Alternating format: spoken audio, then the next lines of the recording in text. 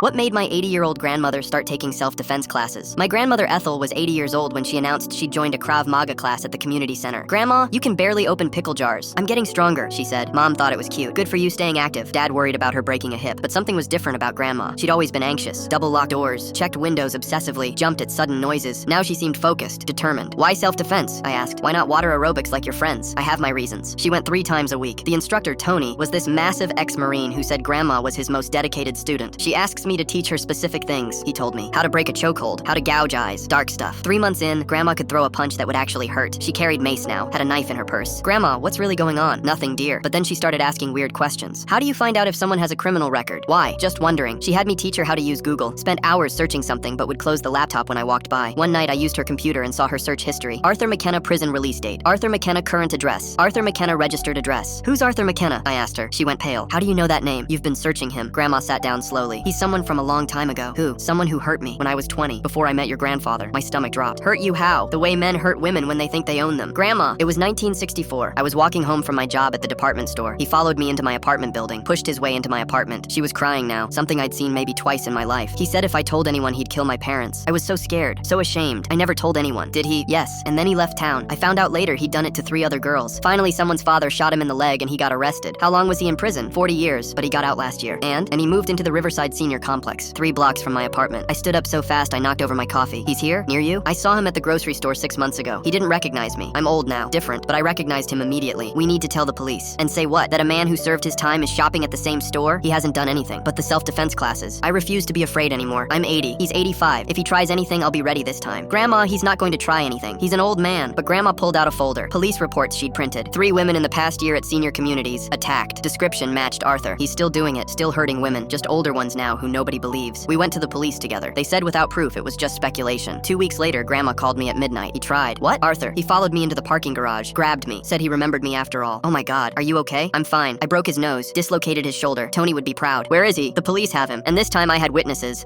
2 other ladies from my building were coming home from bingo. Arthur McKenna got 25 years. At 85, it was a life sentence. The 3 other women came forward, said they'd been too scared to report it before, but seeing Ethel fight back gave them courage. "Grandma still goes to Krav Maga. She's the only octogenarian with a yellow belt. I spent 60 years afraid," she told me, "checking locks, looking over my shoulder, jumping at shadows, all because of 15 minutes when I was 20.